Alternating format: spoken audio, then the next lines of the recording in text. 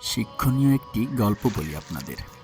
এক সময় একজন ফেরেশতা এসে এক লোককে বলল, আমি তোমার উপর খুশি, তুমি যা চাইবে আমি তোমাকে তাই দেব, তবে একটা শর্ত, যদি তুমি কিছু চাও আমি তোমাকে সব দেব, তবে তোমার প্রতিবেশীকে দেব তার দ্বিগুণ।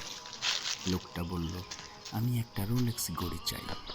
ফেরেশতা তাকে রোলেক্স ঘড়ি দিল, কিন্তু প্রতিবেশীকে দিল দুটি ঘড়ি। লোকটি বলল, আমি একটি মার্সিডিজ গাড়ি চাই। ফেরেশতা তাকে মার্সিডিজ গাড়ি দিল, কিন্তু প্রতিবেশীকে দিল দুটি গাড়ি। লোকটি বলল, একটি সুন্দর বড় বাংলো বাড়ি চাই আমার। ফেরেশতা তাকে একটি বাংলো বাড়ি দিল, কিন্তু শর্ত অনুযায়ী প্রতিবেশীকে দিল দুটি বাড়ি। লোকটি কিছুদিন পর ফেরেশতাকে আবার বলল, দয়া করে তুমি আমার শেষ ইচ্ছাটা পূরণ করে দাও।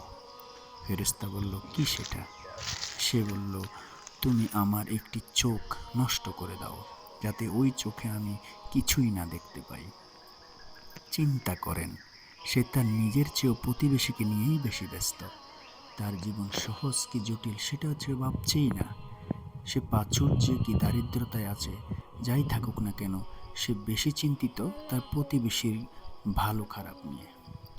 এই কারণেই সে ফেরেশতাকে বলল, আমার একটা চোখ নষ্ট করে দাও, যাতে প্রতিবেশীর দুটি চোখই নষ্ট হয়ে যায়।